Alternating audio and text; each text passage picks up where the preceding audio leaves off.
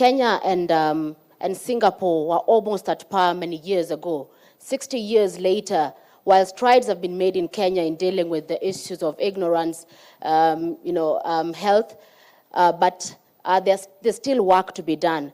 What was the magic bullet that Singapore instituted to make the strides it has made and lessons that Kenya can pick? Thank you. I don't think there is a magic bullet. I think it depends on circumstances, on the history, as well as on the environment which you find yourselves in, and what you're able to mobilize from the population in response. We are a very small country. The land area is very small, 700 square kilometers. The population is very small. At the time we became independent, 1.5 million, now less than 6 million people, and surrounded by countries much bigger than us, and needing to make a living, do or die. No resources, no natural endowments, no inherited wealth. And that generation of people decided that they would make a go of it, and we, their children and grandchildren, are the beneficiaries who have tried to continue to make a success of it. And fortunately for us, our forefathers' efforts worked, and our economy took off. And Singapore has been able to earn a living for itself.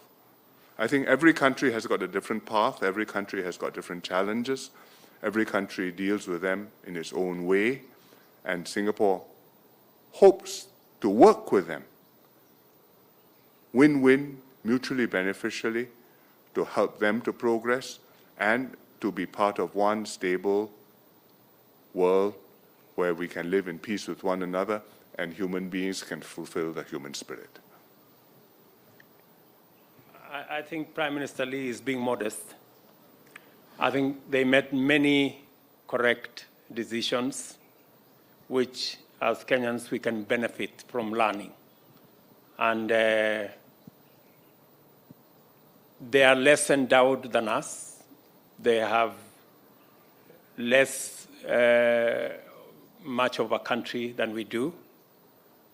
They have a smaller market than we do. So we have most things better than them. But they are better than us because they made the right decisions.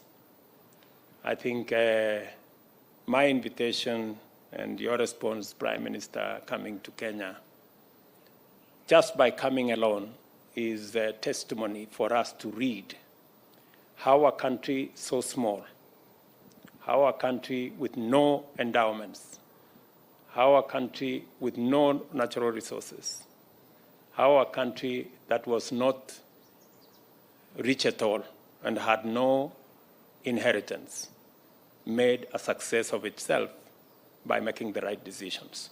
If there is one lesson we will learn from you as Kenyans, is to make the right decisions, however difficult they may be, because we can see in Singapore what right decisions can make of a country.